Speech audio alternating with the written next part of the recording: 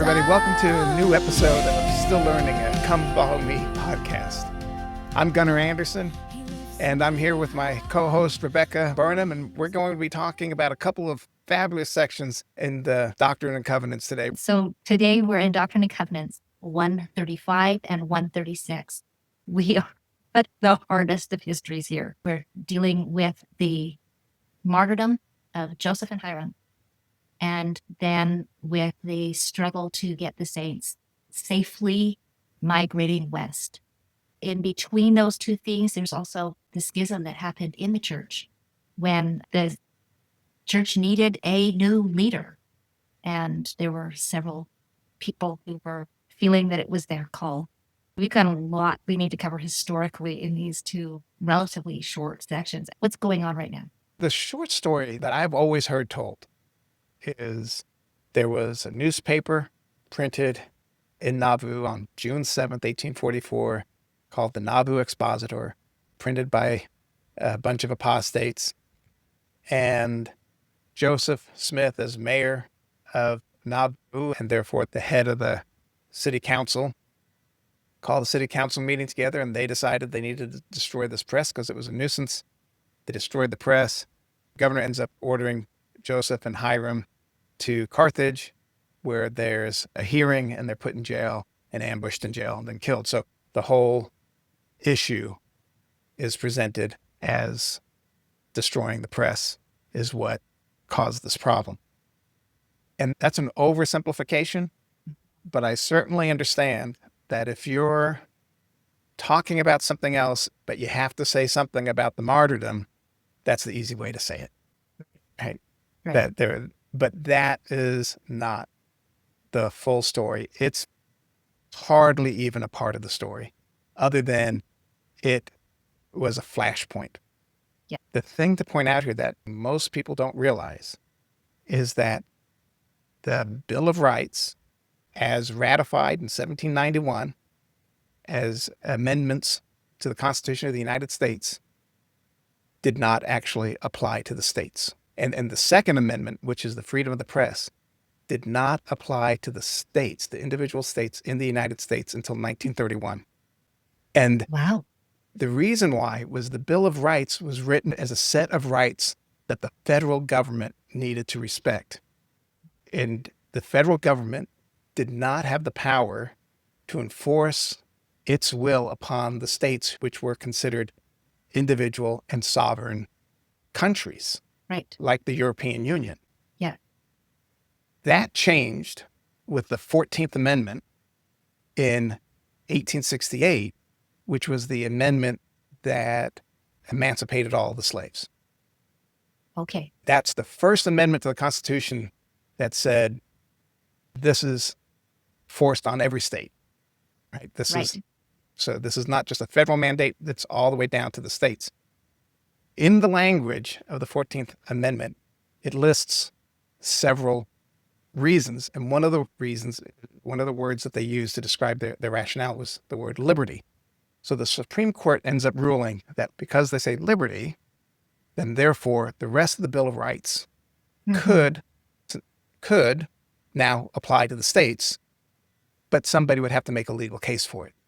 So it didn't automatically fall to everybody else. And it wasn't until 1931 that somebody sued the state of Minnesota. Okay. Because Minnesota had a law on the books that specifically allowed you to persecute the press. Somebody sued the state of Minnesota, went to the Supreme Court, and the Supreme Court said, you're right, that law is unconstitutional, and now every state must adopt the Second Amendment. And so that's 1931 is when it became true for everybody. Okay. So that is why when Joseph was charged with inciting a riot, not with destroying the press. It was inciting a riot and then declaring martial law. Well, that's the treason part. Yeah.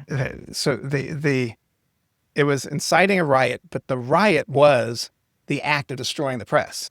Right. Because it wasn't like there were a whole bunch of people out there saying, don't be destroying this press, and rioting about it. And there weren't a bunch of people protesting the fact that they were destroying the press. The riot was the act of destroying. That helps me understand why what Joseph was charged with was not the destruction of the press, but the inciting of a riot, which was the destruction of the press, right? That's exactly right. There was no riot. The marshal, Who, by the way, with is my great-great-great-grandpa, John P. Green. Just so want to you're say. not biased about this incident at Not at all. all. No. They didn't destroy the building. They destroyed the papers. They destroyed the press itself. They took the type and they spread it around the dirt, which is called pieing the type, which is a common expression for that time because it was not uncommon To have happened. to destroy the press. So they'd say we need to pie the type, and that meant throw it all around and trample all over it so that people couldn't find it. But we started by talking about the Bill of Rights. Now, I do want to point out that Illinois did have its own constitution with a Bill of Rights, but it was a state constitution, state Bill of Rights, which went into effect in 1818 when Illinois became a state. And so that Bill of Rights was the law of the land in Illinois when all of this happened. And there is a provision in there to protect freedom of the press. But it's not the way we understand it today, because after it says you can't curtail the liberty of speech or of the press, it has a line that says being responsible for the abuse of that liberty. And that was the opening that said, well, if you're abusing that liberty, then you can pie the type and destroy the press. And this was something that happened in Illinois, it happened in Missouri. It was not entirely unheard of. So, and even afterwards, you've got Governor Ford of Illinois saying, well, it wasn't illegal, but it wasn't wise. And even so we're going to kill you guys. even Dallin H. Oaks, when he wrote his book about the trial at Carthage, said the same thing, that it was just the optics weren't good. And it gave Thomas Sharp, who was the editor of the Warsaw Signal and a vehement anti-Mormon, he wrote over 30,000 words against Joseph Smith and the Mormons in general, very, very hostile voice. If he wasn't around, I don't think any of this would have happened, but he had an agenda that he was pushing, and he was excellent at manipulating people and manipulating thought. As the editor of the press, he ran social media for that area of the country. Right. And he also started the anti-Mormon political party. And that's what it was called, the anti-Mormon political party. Oh, really? Wow. Oh, yeah. He was just right up front. Wow. And the reason why he did it was because the Mormons were voting as a bloc. And so if you couldn't get anything done in Hancock County politically without Joseph Smith's buying into it. And Thomas Sharp couldn't stand Joseph Smith. And you couldn't win an election, a state election, and you were in the Hancock County area, you weren't going to get elected unless Joseph Smith wanted you elected. So he was really adamantly opposed to Joseph Smith because he had pretty big political ambitions, and Joseph Smith was in his way. Yeah. Okay, so this destruction of the press, this was not a spontaneous mob gathering and going on. No. But actually happened. Yeah. So you've got the paper printed on the 7th of June. Joseph Smith, as the mayor of Nauvoo, calls an emergency meeting on the 8th of the city council. They deliberate to decide what they should do about this. And they decide, let's table it and come back to this on Monday. The 8th of June is a Saturday. They take the Sabbath day off. Monday, they reconvene to discuss this. And what are they concerned about? Well, they're The concerned. reputation? Well, there's reputation. There are absolute lies and slander in there. There's some truth. It's sort of the whole philosophies of men mingled with scripture. It's what we all know about the adversary. He tells you some truths, and then he mixes it with some lies. You may be familiar with the truth, so you know that's true, and then he tells you stuff you didn't know, and you think, oh, well, that must also be true, just something I didn't know. And so there was a real concern about that. The other thing is that the guys who printed the expositor, even though they were apostates, loud apostates, several of them were kicked out of the church because of adultery and grievous sins. I'm not saying all of them were kicked out for those reasons, But they universally had a strong testimony of the Book of Mormon.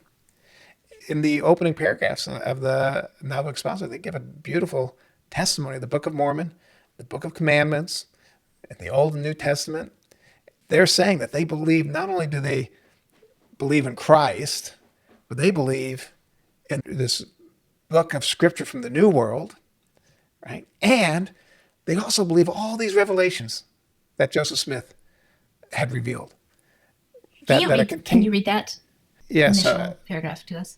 We all verily believe, and many of us know of a surety, that the religion of the Latter-day Saints, as originally taught by Joseph Smith, which is contained in the Old and New Testaments, Book of Covenants, and Book of Mormon, is verily true, and that the pure principles set forth in those books are the immutable and eternal principles of heaven, and speaks a language which, when spoken in truth and virtue, sinks deep into the hearts of every honest man. Its precepts are invigorating, and in every sense of the word tend to dignify and ennoble man's conceptions of God and his attributes. It speaks a language which is heard amidst the roar of artillery, as well as in the silence of midnight. It speaks a language understood by the incarcerated spirit, as well as he who is unfettered and free. Yet to those who will not see, it is dark, mysterious, and secret as the grave. I believe that is a beautiful way to articulate my testimony. I believe those same things. Yeah. But William Law, who was the main push behind the Novel Expositor, he was the one who had money, right? And was able to buy the press and get this thing off the ground. He had issues with some of the later revelations. His big issues were the doctrine of eternal marriage in order to receive celestial glory. He didn't agree with the plurality of gods, which Joseph started talking about in 1844, but which is also in the Book of Moses, which had been around for years. Yeah.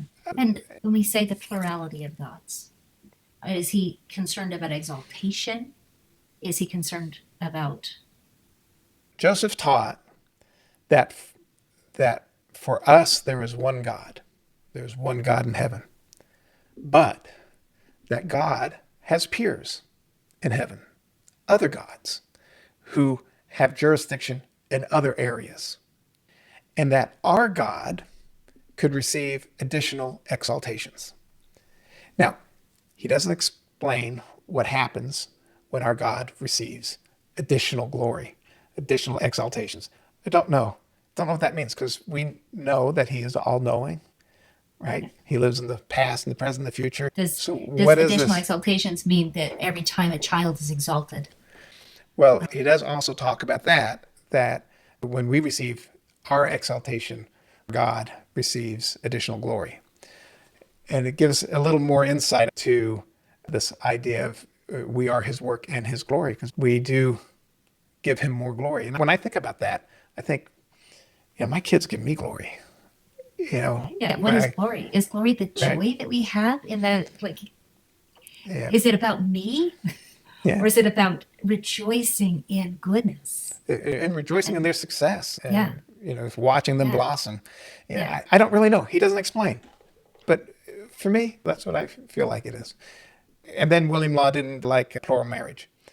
But he also didn't like baptisms for the dead. And so if you think about that, you're like, well, hang on. He's got an issue with the temple. Mm-hmm. Right? Because that's what we just laid out. Mm-hmm. And he couldn't accept. So it makes me think, well, hang on. This is a guy who can deliver such a solid testimony of everything we believed up until 1843. Because that's what he's saying. He also went on record saying all he wanted Joseph to do was drop those revelations and say he was wrong, that those were not really from God, that those were all Joseph making stuff up. That's all he really wanted to do. He also would say, just go back to the church the way it was taught when we were all in Kirtland in 1836. Just go back to that church, that religion. That's the version of the religion that I like. And that's what I want you to continue. And so he, with his apostates, started a new church.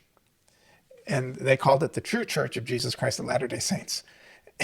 And they had about 500 members, but they were all apostates, right? They're all people who couldn't quite live what they were being taught from the living prophet. So I'm curious to know, I've heard the story of the young boy that was invited to a meeting. With William Law. Was it with William Law, where they talked about a conspiracy to kill Joseph? Yeah. And, okay, so this is during that time. Yeah, William Law went off the deep end. William Law in 1843, he's in the first presidency of the church. Yeah. Right? And so he is removed from the first presidency in December of 1843 because he can't support, I think the final push for him was plural marriage, because Joseph Smith said, listen, we all have to sign up for this. We don't have to practice it, but we all have to agree that this is true doctrine. He couldn't agree. So then he's removed from office. He's not excommunicated in December. He's just removed from office. But then in January, the very next month of 1844, he gets excommunicated because he starts speaking against Joseph as the prophet. As a fallen prophet. Yeah. Yeah. Right. Yeah. So he starts calling him a fallen prophet. I think it's interesting that when you give a title to something, it becomes real. Mm-hmm. Right? So suddenly there is such a thing as a fallen prophet because I just gave it a title.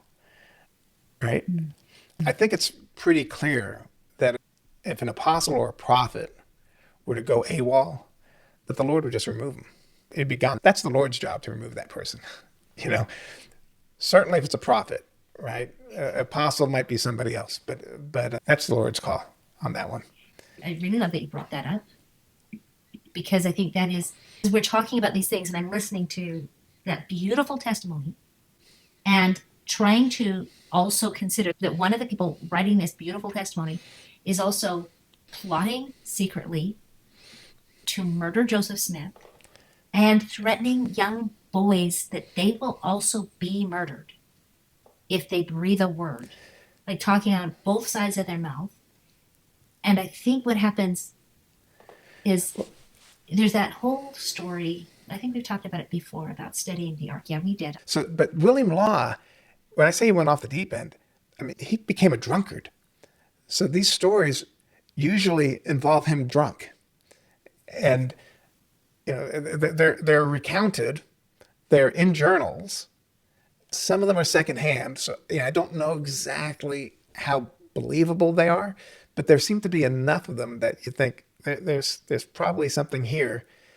And I mean, he went on record saying he didn't want Joseph killed. He just wanted him to repent, right? But then later on, we get stories that appear, because of the sources of those stories, that they're probably true. We know that he was conspiring with the Carthage Greys just a few days before Joseph gets killed. And the whole conspiracy is about killing Joseph. Yeah. Him and the Higbees and the Fosters, who were all the people behind the Nauvoo Expositor, the main players. So one of the messages I'm taking away is that if I stop trusting God with the kingdom, I stop trusting God. And then it becomes a situation where I start to think I'm God. And that it's just vital to trust. If I have a testimony that the Lord has called his prophet, then my job is to sustain the prophet with my prayers and trust God. Yeah, and I would also say that there's, I think a corollary to that is that the prophets in the past, I think we need to recognize that they were not the prophet for our time. Mm-hmm. They may have said things that were very profound and meaningful for us today, but we've been counseled from general authorities that the most important scriptures that we can read are the most recent General Conference addresses. Right. It is interesting to read Brigham Young's Journal of Discourses, but he was speaking to a different audience and in a different time, in a different context. Yeah, the people that Brigham Young has a lot of things that people today, when they prioritize them over our current guidance result in a loss of confidence in the kingdom. It's hard to know what life was really like. And I feel like I'm old enough now that I can look at the world and say, wow, this is a completely different place than when I was 10 years old.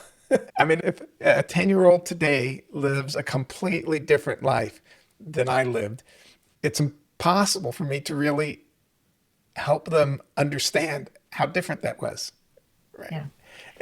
I like to give an example too. If you think back to when the children of Israel came out of Egypt and they're headed to the promised land, right? Yeah. The direction of Moses. Yeah. Do they go straight into the promised land? They could have. They could have. Right.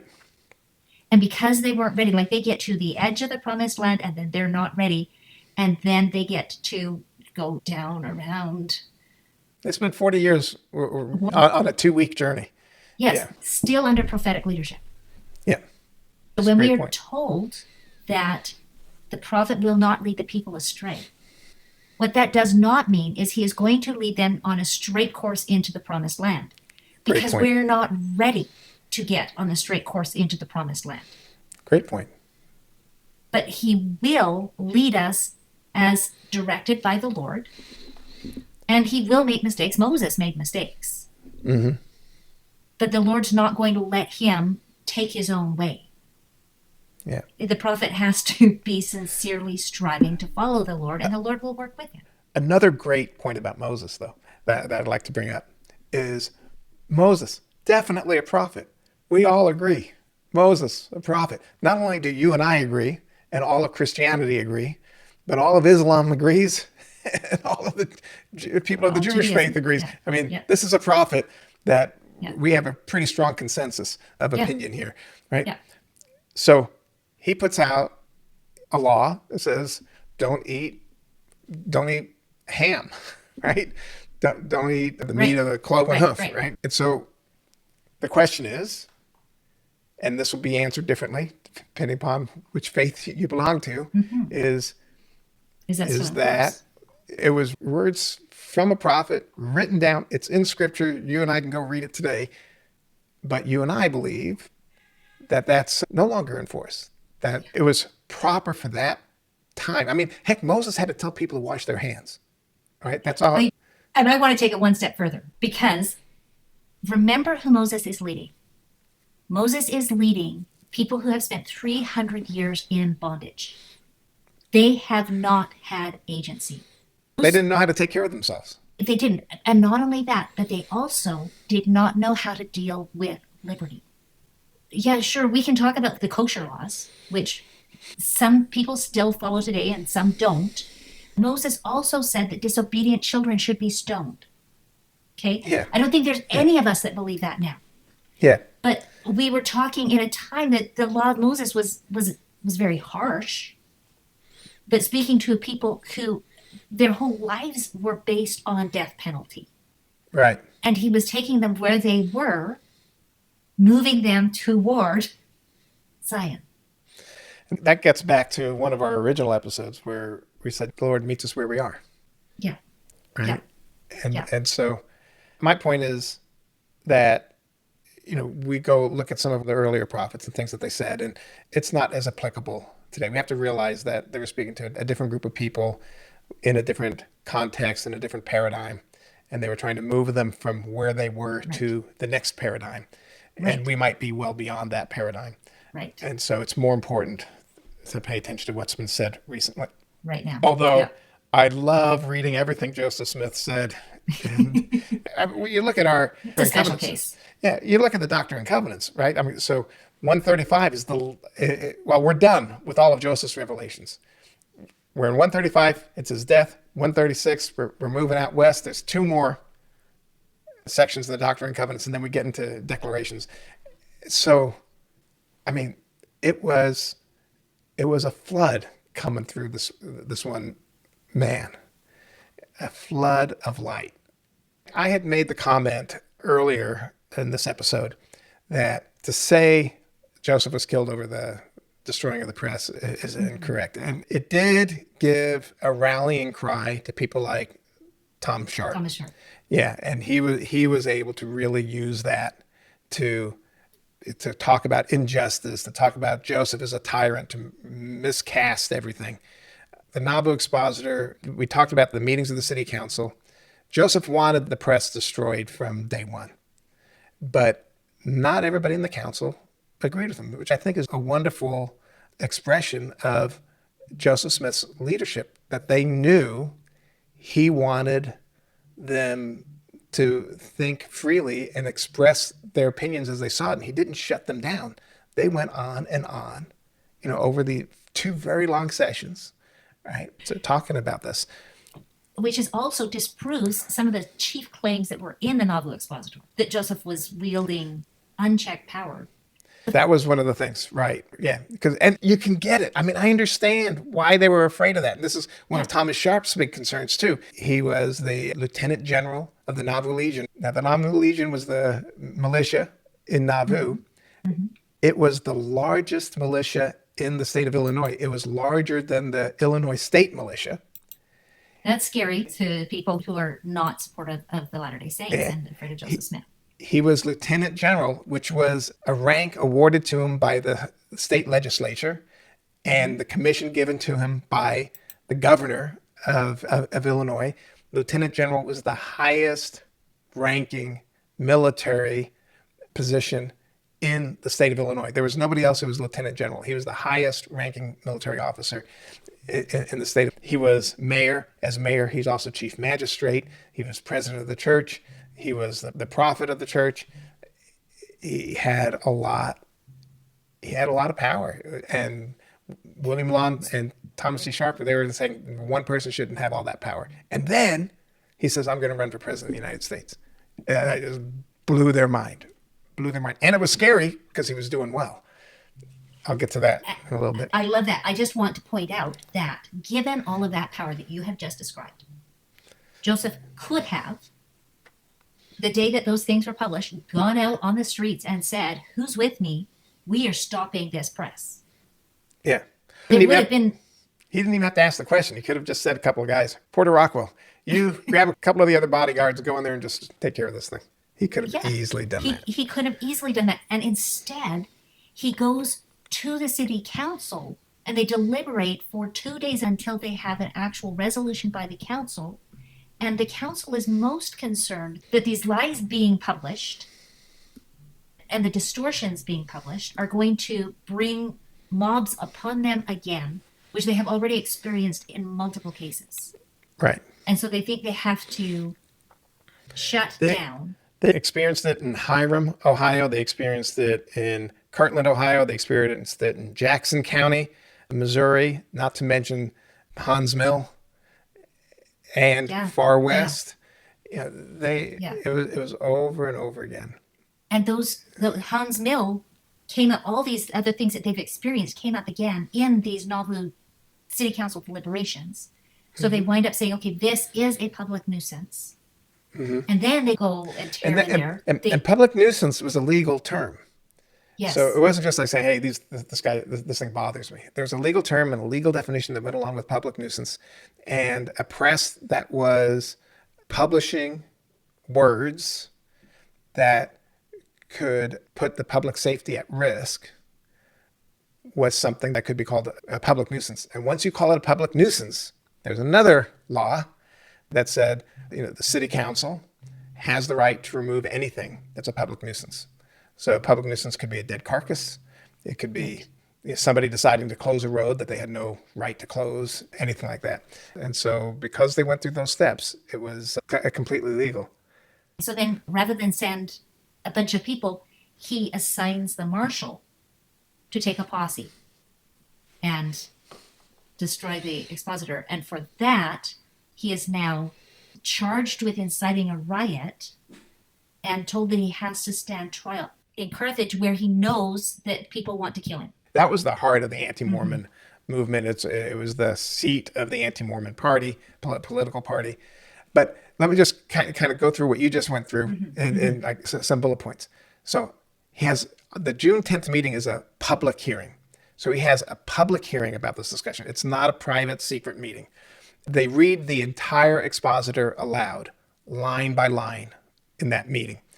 And then they take sworn statements about its potential effects, what people think it's possible to happen. Then they declare it a public nuisance under their city charter. They order the marshal, your great grandfather's, what would you call him? John Great grandfather, to destroy the press, but not the building. And then they publish an official report afterward. It was just all completely above board, right? Well, then he's also charged with treason. Can you tell us about that?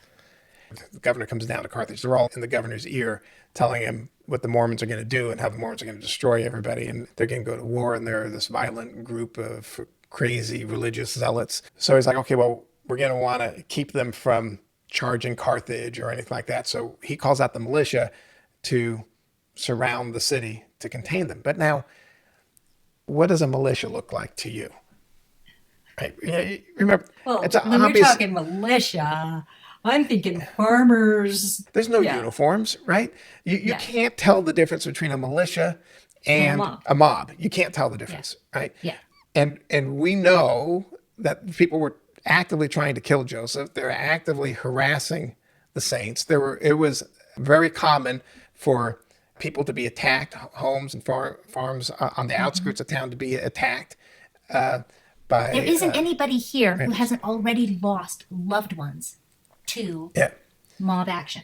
And so Joseph's like, we're not going to have that. We're not going to have Missouri again. So he calls up the Nauvoo militia to protect the city, just to protect the city, institutes martial law. So everybody's off the streets by a certain time at night and everything. And he's trying to protect the city.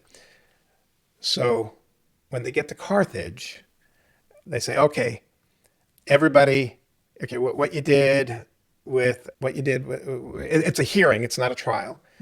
It's what you did with the press. It seems like it's not such a bad thing. And they're like 50 people, right? Because it's the whole city council and a few other people, right? There's like 50 people that are at this hearing, and they're trying to decide, is there a case here or not? And they say it's more than likely it's nothing. So we're going to release you all on $500 bail each. Now, keep in mind, $500, an average person made $200 to $300 a year. So it was over a year's wages for an average person. But they're able to post bail for everybody. And then they say, but we're going to hold Joseph and Hiram on the charge of treason. Treason is punishable by death, so there is no bail that can be set. You have to stay in prison until we have the hearing. And it's because he called out the militia to fight the state militia, which was called out by the governor. And Or to defend against. But that's not the way they saw it, or that's not the way they played it, right? They said that was, you're fighting against the armed forces of the state. That's treason against the state of Illinois. Was there any fighting? No. But, it's just hard to remember that obviously there's no cell phones and no telephones, Yeah. right? There's no Morse code, Yeah. right? You can't send a telegram to anybody. Wow. If you want to get a message to somebody, you got to write it down on paper. You got to give it to somebody who can get to that person before you. Yeah. Yeah. And even back then, the mail wasn't real trustworthy because the mail between Joseph Smith and, incoming and outgoing was constantly being interrupted, intercepted. It was being read. It was being stolen. So people were making a lot of decisions based upon the emotion of the moment. This is what it looks like. Look at all those people with horses and guns and whatnot. That looks like a mob. I'm going to call out our militia to protect ourselves. So we have the right to do that. So I did start this by saying, I think this is the second time now I've said this, by saying it's not about the expositor, except it does run downhill from that moment.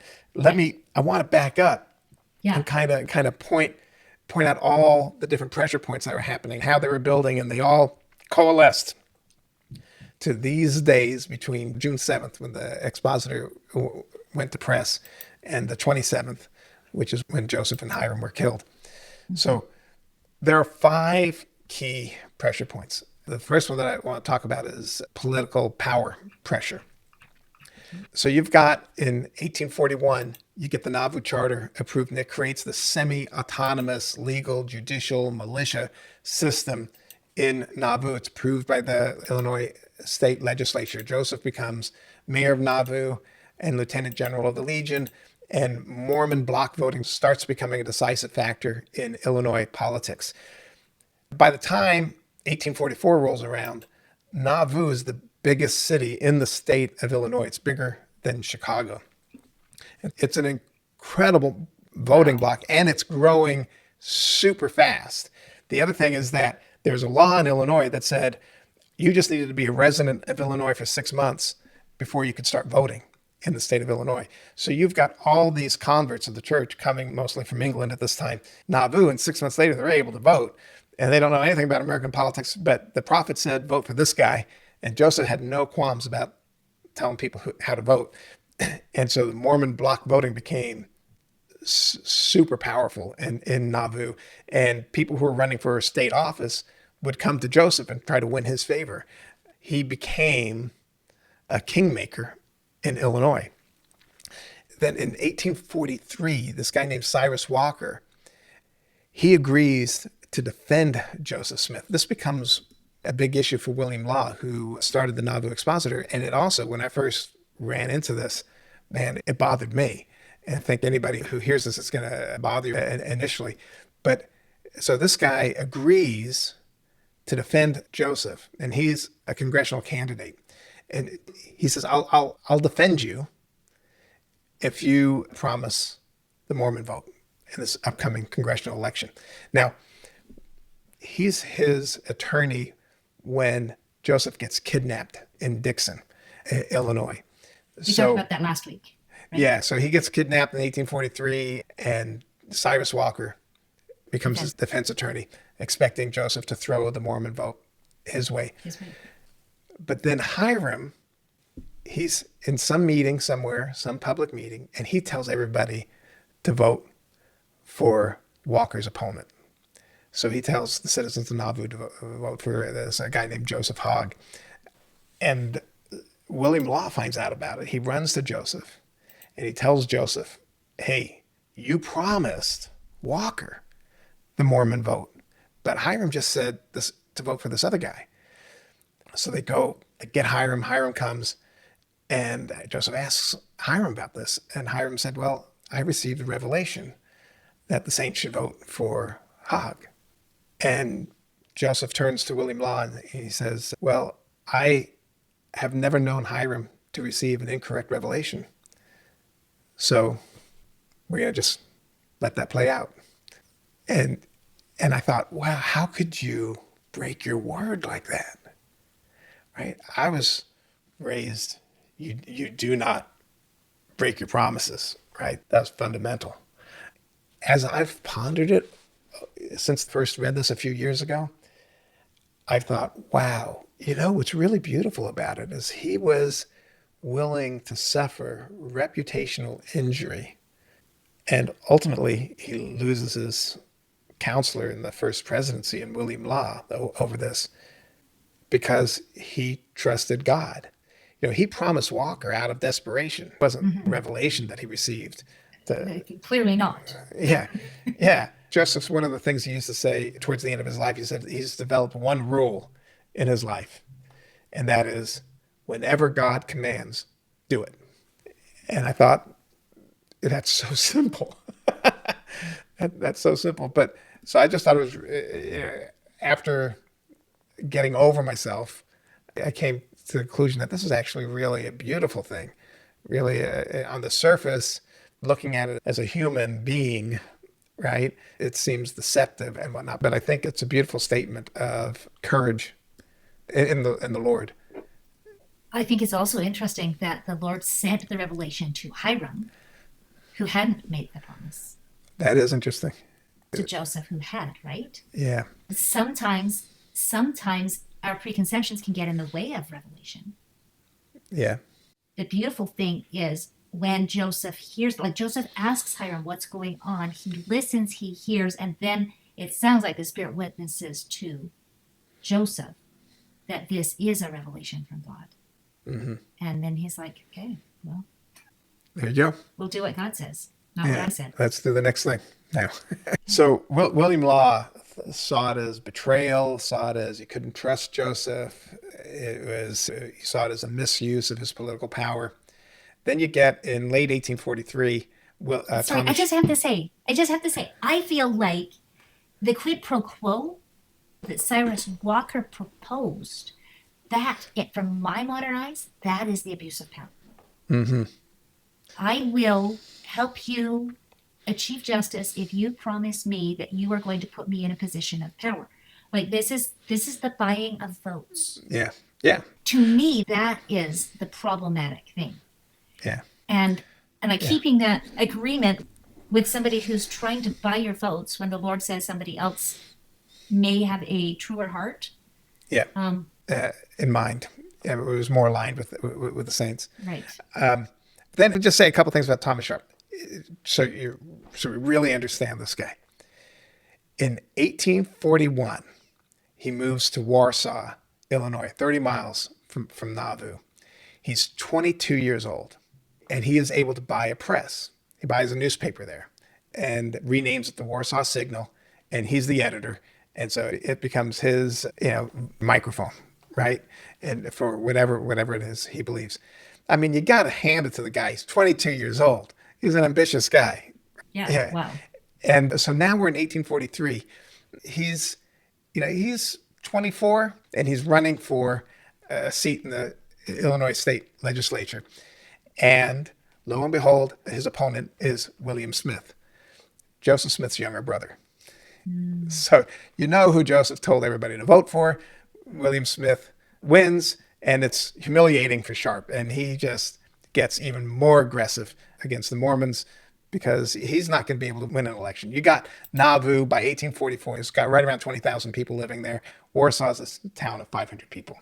So then in 1844, Joseph Smith, after writing to the presidential candidates, realizes that nobody's got the Mormon cause on their radar and is willing to say, yeah, I'm going to support you. So he decides, well, maybe I just need to go ahead and run and put on the national radar what we believe and what we think are the right things for the country. And at the same time, you've got Hiram Smith running for the Illinois state legislature. So this scares Thomas Sharp to death. It looks like a political dynasty is coming out. Now, the thing to remember is that Illinois was a swing state, and this election coming up between Tyler and Clay looked like it could pivot on Illinois. And the Mormon vote, they estimate about 5,000 votes to go one way or the other for one of those candidates to win. And you've got 20,000 people there, estimated about 12,000 who could vote, right? So it became a national political concern, what was going on in Nauvoo. Mm-hmm. The second thing is you got economic concerns because you've got the railroads. The railroads in the United States were just rolling out in the 1830s and 1840s. And so there was a lot of land speculation. And one of the things you remember about Nauvoo, it sits right on the Mississippi River. It's got the best port in that area of Illinois. You've got land values escalating because so many people are moving in, and you get a lot of capital from a lot of investors, land speculators, etc., who are trying to buy up land, trying to figure out where the railroad's going. Right. Obviously, Thomas Sharp wanted it to go to Warsaw, 30 miles south of Nauvoo, but it looked like it was really the right place was going to be to put it in Nauvoo. Thriving city. Yeah. So this was considered a real threat to the future because they knew this was going to influence trade. It was going to be incredible political leverage for Joseph Smith beyond what he already had. Anybody who doesn't live in Nauvoo, who's not a member, they really fear the courts, the police, and the militia in Nauvoo because they are beyond the control of the state. Given the Nauvoo City Charter, it's practically a city-state. People could issue warrants for Joseph's arrest. When they gave it to Joseph, they just had to go down to the municipal court there in Nauvoo, and a judge would overturn it, and that was good enough. It could be overturned that simply. And so they were trying to arrest them, but they couldn't arrest them. I just want to clarify something that I heard you say something that people who were not members of the church and people who were outside of Nauvoo, like the people outside of Nauvoo who were not members of the church are the ones who were worried, right? Yeah, Is yeah, that what you were right. saying? Yeah. Okay. Right. So I apologize if I phrased that incorrect. I'm talking about if you didn't live in Nauvoo and you were not a member of the church, you were very worried about Yeah. what you were living next to. This whole idea of the voting block and then the papers outside of Nauvoo, Thomas Sharp's being the Warsaw Signal being the loudest, was just kept feeding people information that got them riled up. You've got there's internal pressure within the church because of these new doctrines that were coming out. This is the fourth issue. And so you end up with division within the church. You've got the eternal marriage. You've got plural marriage. You get this exaltation upon exaltation. You get temple ordinances that are expanding a hierarchy of gods. There's this expanding priesthood theology that goes along with that. He had concerns about the centralization of power, which we talked about. Then you've got some legal and military pressure. So there were a lot of extradition attempts. There were a lot of warrants, a lot of court hearings, a lot of people trying to get their hands on Joseph. So there were a lot of bounties put on Joseph's head. And we talked about $200 to $300 a year is what a worker's wage, right? From 1842 to about 1844, there were a lot of private bounties put on Joseph particularly from groups in Missouri. And some of those bounties were as high as $5,000, $3,000 to $5,000. And so Joseph, he had bodyguards all the time because he knew people were trying to kill him. It's why he said, if I ever go to Missouri, I'm dead. They're just going to kill me. And it also plays into his martyrdom at the end because they were trying to get a hold of his body because they wanted this bounty. So now all of this just keeps escalating until June of 1844. So you've got political betrayal and panic. You've got railroad and land conflicts. You've got cultural alienation laws, indoctrinating rebellion, militia mobilization. Governor Ford said he's not going to protect Joseph. And so, that just put Joseph more in a position where he wanted to use his own militia. The topping on the cake is Joseph's run for president. I was reading some research on it, and they said, they didn't think that Joseph would win in 1844, but he wasn't the side player. His political positions, his political platform was really well received by the more progressively minded, particularly people out on the East Coast. And the thinking in the political community was that if Joseph didn't win in 1844, that he would win in 1848. I did not realize that he was considered that big of a threat. So that's how all this stuff led up to his assassination. Can I talk a little bit about the actual assassination? And we can come back to it, or we can talk about it now. Go ahead. Talk about it now. Okay. So there's a document that was written by a gentleman named William Daniels. It's called The Correct Account of the Murder of Generals Joseph and Hiram Smith in Carthage, June 27th, 1844, by William Daniels, an eyewitness. Now, this was published by John Taylor about 10 months after the martyrdom. And so I think it has a lot of weight because it was published by an apostle of the Lord who later became president. We don't hear a lot about it because there aren't corroborating stories. Because the other people who were witnesses there were all members of the mob that killed Joseph, and the only statements we have for them were when they had the trial a year later, and they were primarily just defending themselves. They were trying to explain why they were there, not what they saw. We do have a note by Mary Elizabeth Rollins Lightner that makes a passing reference to this, which she records happened like a day or two later, and I'll comment on that. But so what happens with William Daniels, he's not a member of the church. He doesn't live in Carthage. He was passing through. He was 25 years old, passing through to visit some relatives, and he comes through Carthage, and the whole city's in this excited state. And the governor has called out the militia, and he's like, well, this sounds like fun. And he's going to get a free gun out of it, and they'll go off and do boy things with a bunch of other boys. And it sounded like a little bit of an adventure. And so he signs up, and so he's there with the militia. And as they're marching and doing their thing, he hears all these people are making all these comments about how they're going to kill Joseph Smith and Hiram Smith. And he's like, man, I don't think I want any part of this. And so he leaves. He deserts. He realizes that they're going to go back to Carthage to kill Joseph and Hiram. So he tries to get to Carthage jail before them to warn them. Yeah, he's too late. He's not able to get there before them. He ends up witnessing the event from the outside. And he's with the militia, the Greys, the Carthage Greys, when they're there. And he says that Joseph hangs from the window for a while, lets go, falls to the ground. They grab him, they drag him to the well with his back up against the wall. And the commander of the Carthage Greys then calls 4 guys over, and they shoot him execution style at the well.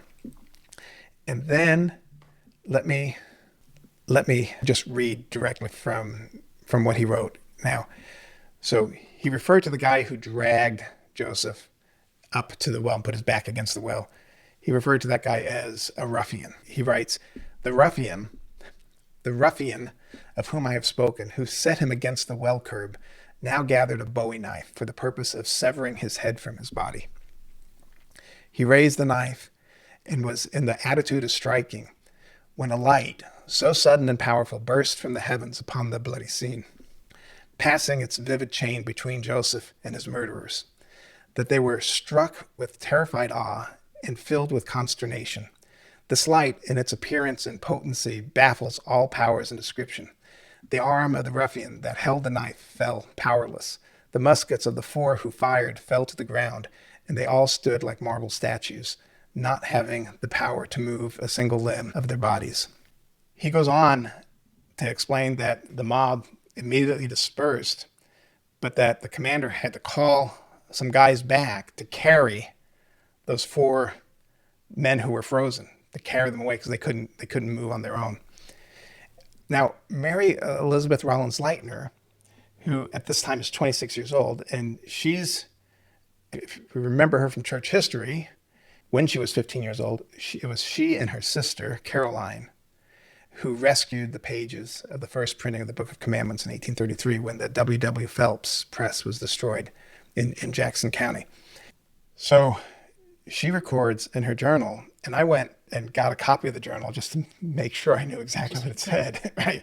She records that about 10 plus or minus 2 members of the Carthage Greys came to her house. This is within 24 hours of the death of Joseph. And they were bragging to her about having killed the prophet. And they also described this light that came down.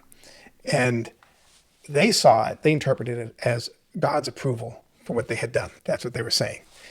They came to talk to her because she was a very well-respected seamstress, and she was making a flag or a banner or something like that for the Carthage Greys. And the Carthage Greys was just the Carthage militia, like the Nauvoo Legion was the name of the Nauvoo militia. They're not inherently bad, right? But it's interesting that she records this. She's the only other person who makes any kind of reference to this. It's secondhand, right? We don't have another firsthand account. But she's writing this before Anybody knows that Daniel Wells has experienced this. Daniel Williams, yeah. Williams. Yeah, exactly right, which I think is, I'm sorry, William Daniels. You're exactly right. I think that's an important point here. Yeah. The other thing that I think is a really important point is, Daniel Williams eventually makes his way to Nauvoo and tells his story. They decide to print it. He ends up becoming a member of the church because of what he witnessed. And I think, to me, that's what really kind of carries the day. First, you've got John Taylor printing it, right? You've got Mary recording it in her journal. But I think the man joins the church specifically because of this experience. Not because that's how he discovered the church and started visiting with missionaries. I mean, he knew nothing about the church beforehand, and he just knew what was going on was wrong. And then he sees this light, has this incredible experience, and it convinces him that that this whole thing is true. The church historians don't like to talk about this story, and it's because they only have one account of it, one firsthand account of it. So that's not enough to say this is, you like to have multiple sources to say what happened. But, and they say, well, that's not the way John Taylor described it. But John Taylor was inside. Not only was he inside, he was shot. He had 4 bullets in him, and he was under the bed. Yeah. At this point. So he couldn't have seen it, right? And they said, well, Willard Richards is the other person who wrote about what happened. And they both talk about what happened outside the jail after, Joseph went out of the window. But I'm telling you, neither of them could have witnessed it, because Willard Richards, when the mob left, the first thing he did was grab John Taylor, go into the dungeon with John Taylor's body, throw a bed on top of it and straw, because he thought they were going to come back immediately and shoot him and John, which apparently they did, because they came back and the only thing that was in the room was Hiram's dead body. So he couldn't have been hanging out, looking out the window, seeing what was going on. And why would you look out the window when there's people shooting into the room from the window, right? But even William Daniels says he did come to the window, right? But he didn't come to the window like at that moment. And then and hang out. Yeah, and hang out. Yeah, he took care of John Taylor. Yeah, first. He came to the window to see Joseph say, "Oh Lord, my God." Well, he said that as he went out the window. Okay. "Oh Lord, my God," putting your hands up in the air and saying, "Oh Lord, my God," which is what Joseph did, is the Masonic distress signal. So he was making a Masonic symbol to his Masonic brethren, wherever they were, right? As he went out that window. Yeah. I believe that, and I also believe that at that moment he's calling on his father. Yeah. I know he was a Mason. Yeah. I don't know if I was in that situation that I would have enough presence of mind to say, hey, maybe if I issue the Masonic distress signal, that all those guys down there who are Masons will come to my aid. I just don't. I think he was. He's familiar with betrayal. Yeah, I agree. Yeah. The last thing I want to say about this William Daniels is that he was staying at the Hamilton Hotel, it's also called the Hamilton House. He witnessed meetings, or at least one important meeting that was held in the Hamilton House that included Governor Thomas Ford, Thomas Sharp, officers from the Carthage Greys. You've got the head of the Carthage Jays is a guy named Robert Smith, who is the justice of the peace at the hearing when Joseph and Hiram are charged with treason and told to be held up in Carthage jail. And he puts the Carthage Greys in charge of protecting Joseph and Hiram. And he's a primary leader of the anti-Mormon political party. He mentions that there are a number of influential strangers not native to Hancock County in that meeting also. And the thinking is that these people were land speculators and people from the railroad industry and national political delegates. There's a guy, Craig Dunn, has written a book that I think is just fascinating. I don't, everything that's in that book, you can't necessarily find easily other places, but most of it is. This guy's done an incredible amount of research. He's an amateur historian. He says that there were delegates in Carthage at the time of Joseph's assassination from 23 of the 26 states. And his question is, why? Why did they have any business being in Carthage other than Joseph Smith was a problem on the national political level? So here's my response to all of this. Yeah. In terms of like now. Mm-hmm. Let's start with Thomas Sharp. Thomas Sharp has reasons that these Mormons are a problem. And so how easy is it going to be for Thomas Sharp to believe all the evil reports that he hears? There's this thing called confirmation bias, right? Where we hold on to the things that support what we already believe, that we gather that information and we tend to discount information that doesn't fit in that. Yeah, you will see what you're looking for easier than you will see things you're not looking for. Right. Especially anything that challenges what you believe, right? Mm-hmm. So Thomas Sharp, like my suspicion is that Thomas Sharp actually sincerely believed that the Latter-day Saints were a problem. Oh, he never apologized for it. He never said he did anything wrong, and he always admitted what he did. Yep. And I really think that there's that tendency to jump to conclusions. We never have all the information. So the tendency is to jump to conclusions that support our preconceived ideas, our prejudices, and especially when anger comes into it. Because the minute we're angry, we're threatened. The minute we're angry or fearful, we get into this headspace that is not very open to new information.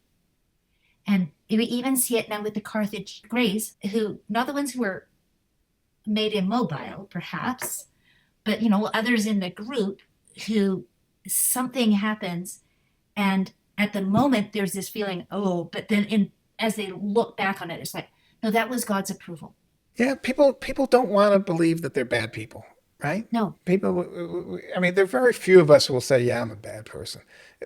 Most of us aren't going to say we're a good person. Most people believe we're good people. And I think most of us, our intentions are good. My further point is not only that most of us believe that we're good people, but it's also very easy to believe that people who disagree with us are bad people. People who are different from us are bad people. And that's the that's the dangerous line of thinking. That's the thing. And then as soon as we get into that mindset, then it is easy to villainize, dehumanize, start conspiring for people to die because the country is going to be better off without them. I've had friends ask sincerely, and it's a sincere question, is it wrong to pray for a political leader to die? And yeah, I've never issued that prayer. I've only issued my prayer is always to help grant them wisdom and help me do what I should do to help whatever the situation is. But it's I always pray for the leaders to be wise and patient and long-suffering. We live in a time that it is so easy to see individuals, very public individuals, and really come to the conclusion that the world would be better off without them. As we're talking about this, as we're talking about the martyrdom of Joseph and Hyrum, I want to invite us to take a moment and pause and look at our own selves, and are we at peace? Are we willing to be at peace with all the world? I love the story you told us last week about when there were people who kidnapped Joseph, and then they were arrested, they were captured, and they were brought to Nauvoo, where they were tried. But then Joseph went out of his way to treat them with kindness and respect. That is just such a brilliant example to me of the attitude we want to have towards each other, to believe in everybody's capacity to do better and to not rush to condemn when we do not understand. And so that was just something that struck me as you were telling this story. The other thing that the story screams to me is the importance of recognizing whether or not you're being manipulated, thinking critically enough.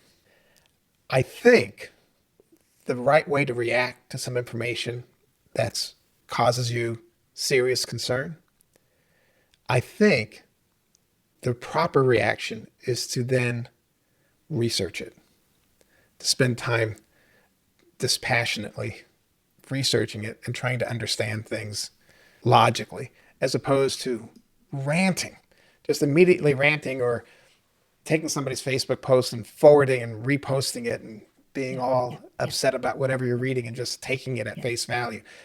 I think everybody has an agenda. And especially somebody gives you a piece of information that raises your blood pressure. That person has an agenda. That person wants your blood pressure raised. Yes. And so you probably need to research that person, and you probably need to research, that information. And it just blows my mind that we have so many examples throughout history of people overreacting to untrue information. Especially, we just have gone through Joseph's life, and you see that throughout his life, right? And so that's 200 years ago, and we're not any better at it. Well, I mean, we're faster at it. We're fast, right? We're faster at jumping down the rabbit hole. So when you say research it, I'd like to add, research the other point of view too. Yes. Don't just research. Don't just find out more information about this, but actually research the other side. We have two political parties. We have two main political parties in the United States, and I do find it interesting to see what the other perspectives are. But I still think that regardless of what their perspectives are, they're both trying to manipulate me, and they're both hiding something. So if it's okay, I'd love to link in our notes to my song Anger. Oh, yeah.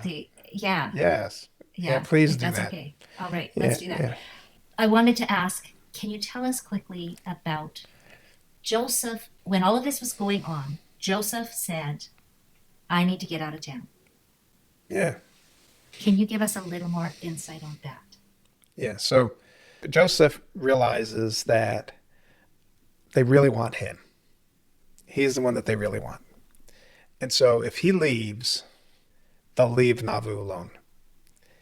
So he and Hiram leave, and they go across the river, and there's a little confusion about historically about were they going to the Rockies, were they going to Washington D.C., because he said both. He said we're gonna go out west, we're gonna go to the Rockies. They had already determined that they were gonna go to the Salt Lake Valley. The Saints were eventually gonna move there. Joseph had sent out scouts into the Rocky Mountains because he believed that that's where the Saints were ultimately gonna have to live to be safe. But he did tell Emma to take the children and go to Cincinnati. And so if he sent Emma, this is just conjecture now, if he's sending them to Cincinnati, he was probably not going to the Rocky Mountains. He probably at some point changed his mind and he's going to Washington, D.C. So he decides to go to D.C. and get the federal government involved. At that point, while he's over there, he gets this letter. Over there he's in Montrose, just on the other side of the river. And Porter Rockwell and Reynolds Cahoon and her nephew, Emma's nephew, deliver this message and to, come back to Nauvoo. And he has the letter from the governor, which he just says, there's no mercy here. They're just, and Hiram says, listen, if we go to Carthage, they're going to kill us. That's it. And Joseph's. And the letter that Joseph gets is basically telling him that the Saints are feeling betrayed, that he's abandoning them in their time of trial. Yeah. I'm gonna get to that. Oh, it's okay. I'm kind of coming at it a little sideways. We don't know what was actually written in the letter. We do know that Emma wrote the letter, and we do know why she wrote the letter, and that's what I'll come back to. Reynolds Cahoon calls him a coward for running. And that's when he says, if my life's of no value to my friends, it's of no value to me. And he decides to come back, and Hiram says, let's just go back and see this thing through. And Joseph doesn't want Hiram to go, but it's a beautiful relationship the two of them have, and Hiram wouldn't leave him. So this letter from Emma later, after Joseph's murder, she gets accused for Joseph's murder because she wrote the letter that brought him back and made him surrender himself in Carthage. Obviously, that was never her intent, right? But what happened is you've got Reynolds Cahoon, Hiram Kimball, and Alphaeus Cutler. These are all three prominent members in the church, trusted confidants of the prophet. They're considered part of his inner circle. And what we know is they went to Emma the day after Joseph left. He leaves in the middle of the night. So the next morning they're over there. And they're trying to talk Emma into writing a letter to Joseph to call him back. And we know that this meeting, they met with her for over an hour. We don't know what was said, but we do know that by the time that meeting was over, she had written a note to be delivered to Joseph. And so in my mind, it appears to me that she took some convincing to write this letter. It was these three gentlemen who were really concerned that the governor was going to burn the city to the ground, that it was going to be Hans Mill on a much larger scale, and that they needed Joseph. They were in a full-on panic without Joseph. And so Joseph comes back. But I think to blame Emma is to severely oversimplify the situation, and it's to not understand Emma. Because I can guarantee that Emma was not afraid beyond any other fear that she had ever had before. This was not a situation she could not handle. Yeah. And she had, incredibly strong faith, which I think other people didn't have the kind of faith that she had. And then the other thing that we know is that Joseph knew that the time would come when he would die as a martyr. Yeah. That it was part of his job. And I want to read from Doctrine and Covenants 135, partway through verse 3. He lived great, and he died great in the eyes of God and his people. And like most of the Lord's anointed in ancient times, has sealed his mission and his works with his own blood. And so has his brother Hiram. In life they were not divided, and in death they were not separated. And for the saints at the time, it was like, now what? Sure. But the Lord was still at the helm, still is at the helm. And thank goodness for Liberty Jail. If Joseph hadn't been put in Liberty Jail, there wouldn't have been the process by which the senior apostle in the quorum of the 12 apostles was in charge of the church when the first presidency was not available. And now it's tradition. Everybody knows that the next prophet of the church is going to be the senior apostle. Back then, that wasn't clear. So it did create some issues. Everybody understood that Brigham Young, as president of the Quorum of the 12 Apostles, and along with the 12 Apostles, that organization was in charge of the church. Yeah. They just didn't understand who became prophet next. Right. And that's what took them a few years to work out. Yeah. And so we had a schism that happened there with several people claiming to have been previously appointed prophet, or that it's their job now to become prophet. And the experience that we know about where the mantle of Joseph fell on Brigham Young. Right. And then things do not get better, and it's time to emigrate. And we're moving into section 136 now, where we are in a situation of the saints are still reeling. It is only been a year and a half since the death of the prophet and the patriarch. There's been a whole bunch of further dissension in the church because of the schism. People are afraid. They're going to the Rocky Mountains.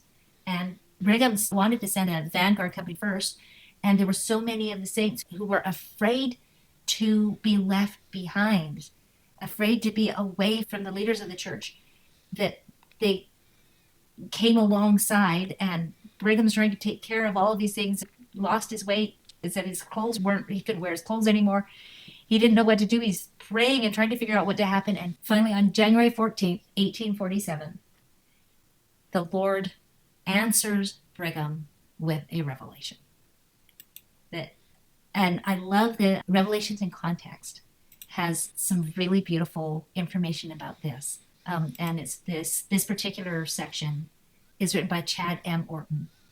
And he summarizes what happens in Doctrine and Covenants 136, saying, by helping the saints remember that their conduct on the journey was as important as their destination, the revelation helped transform the westward migration from an unfortunate necessity into an important shared spiritual experience. Isn't that true about our journey on life too, isn't it? Yeah. It's Yes. just, yeah. I mean, the journey is so often, I know it's so easy for me to think about, I'm trying to get someplace, but it's Yeah. what happens between now and that place that's probably even more important than the place I'm going. And yes. And the key here shows up in verse 2 of 136, where it says, let all the people of the Church of Jesus Christ of Latter-day Saints and those who journey with them be organized into companies with a covenant and promise to keep all the commandments and statutes of the Lord our God. We are going along here as a covenant people. And it goes into a lot of detail later on about how that covenant's going to play out. But I love what Brother Orton says about this. He says, Brigham came to understand that rather than simply blazing a trail that others would follow, the 1847 Vanguard Company was establishing a covenant path. And that's the migration then was ordered in a way that there's a lot of migration westward going on, right? But the saints are going forward in covenant. And this is a covenant path, and that's the song Come Ye Saints reminds me of that. And when we have to leave our comfortable spaces and things are difficult and we feel like we're at a loss and fearful, can we anchor in our covenants the way that this revelation called on the saints to anchor in theirs? And I would like to say that going all the way back to the Nauvoo Expositor, when we read the testimony in the Nauvoo Expositor, it's an important distinction, I think, that you just made, which is to anchor in your covenants, which is more than just testimony. anchoring in your testimony. Mm-hmm. So I think that's an important distinction. Yeah. So Gunnar, you have a song for us today. You have written many songs about this part of the... As I thought about it today, I would like to play a song called Hero of My Soul, which is an Emma song. It starts with her singing to Joseph as he lie in his coffin. And it takes us from that moment to her death, 35 years later. And it's the last song in the show. The last word she said, is recorded by her sons, they said that she sat up in bed and she said, Joseph, Joseph, Joseph. And she reached out with her left hand and she said, yes, I'm coming.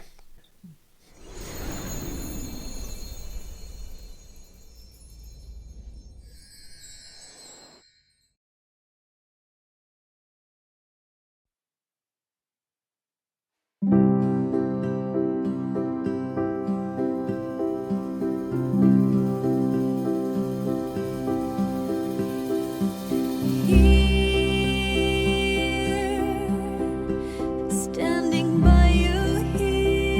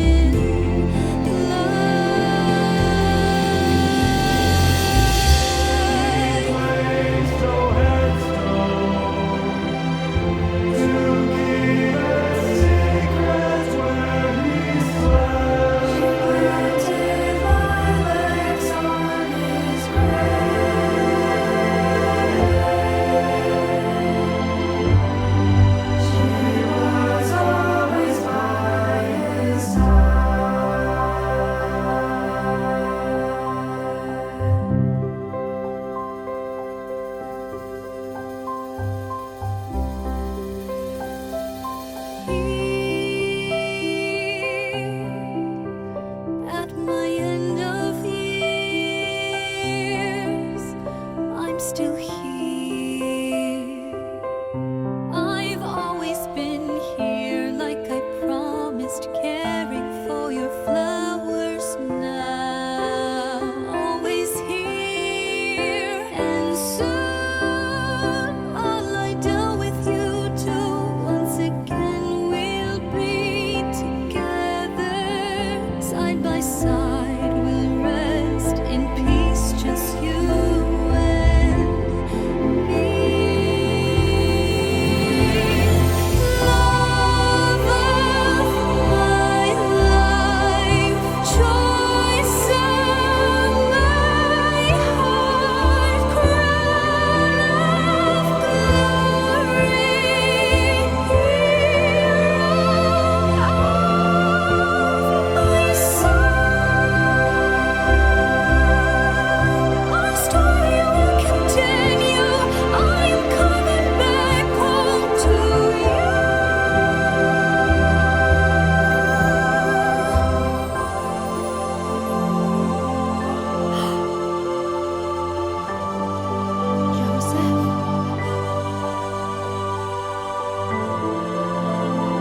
Joseph?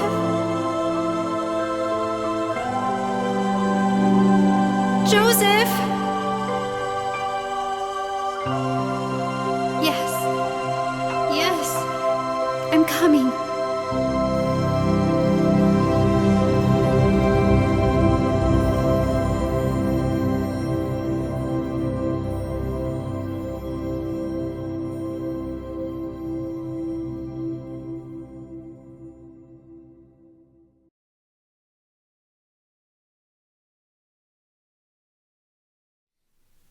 Gunnar, I love how this brings us back with Emma's testimony of Joseph's prophetic calling, of his extraordinary character, the deep love that she held for him, the deep personal love, as well as the honor that we all give to him as the Lord's prophet who restored the church to thee. In D&C 25, the Lord counseled Emma to go with Joseph at his going. And after he passed, it appears that she felt that commandment was still in place and that she was now to stay at his staying. And she never left that property. Wow. Yeah. She had the grave was unmarked because there was fear of desecration. It was not uncommon for people to have their graves desecrated if they were famous people.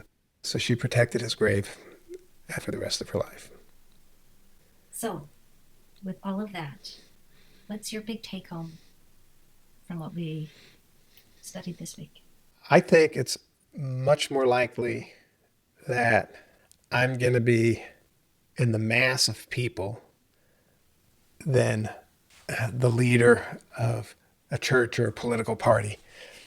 I'm going to be one of those people that people presume they can manipulate. So I think for me, as I go through this whole story, I'm always looking to the groups of people who are being controlled, right? And what did they do right? What did they do wrong? Who made the right decision despite everybody else making the wrong decision? This sort of thing. So like, you know, the William Daniels, Yeah. everybody was all riled up and whipped into a frenzy, I think is the quote that I've read. And he wasn't. And that's the person that I want to be like. Even Hiram Kimball, who went and talked to Emma, he married Sarah Granger, who was a member, but he wasn't a member. But he supported the church financially. He lived in Nauvoo. He helped out the church. He eventually joined the church. But there was a man who was doing the right thing despite not being a member. Louis Bideman lived in Nauvoo and was part of the Nauvoo Legion, but wasn't a member. He eventually marries Emma after Joseph dies, and he's a friend of Joseph's. I think it's just so important that we ask ourselves, are we being manipulated? And if we feel like maybe we're being manipulated, then do some research. Do some research, pray, and find the truth. If you do anything out of fear, you're being manipulated. if you're afraid, I love that. if you're being I manipulated. love that. The Lord doesn't work through fear. Yeah. Yeah. The perfect love casteth out fear. Yeah. I love that. I love that. And that's a big part of like what I'm taking away too. We build Zion as we love our enemies. It is beautiful that the people of Carthage were terrified of reprisals, Great but the point. saints did not reprise. That's right. That's right. Willard Richards wrote a note immediately and had it sent to Nauvoo immediately from Carthage jail, telling them, letting them know that Joseph had been killed, but do not reprise. Right? Yeah. Love our enemies. The worst anybody can do, if we will love our enemies, the worst anybody can do to us is send us to God. Yeah. I mean, they send us straight to Jesus. Yeah. Yeah. That's what we want anyway. Yeah, exactly. So this was beautiful. Thank you, Gunnar, and thank you for joining us. We're still learning, just like you, and look forward to seeing you again next week.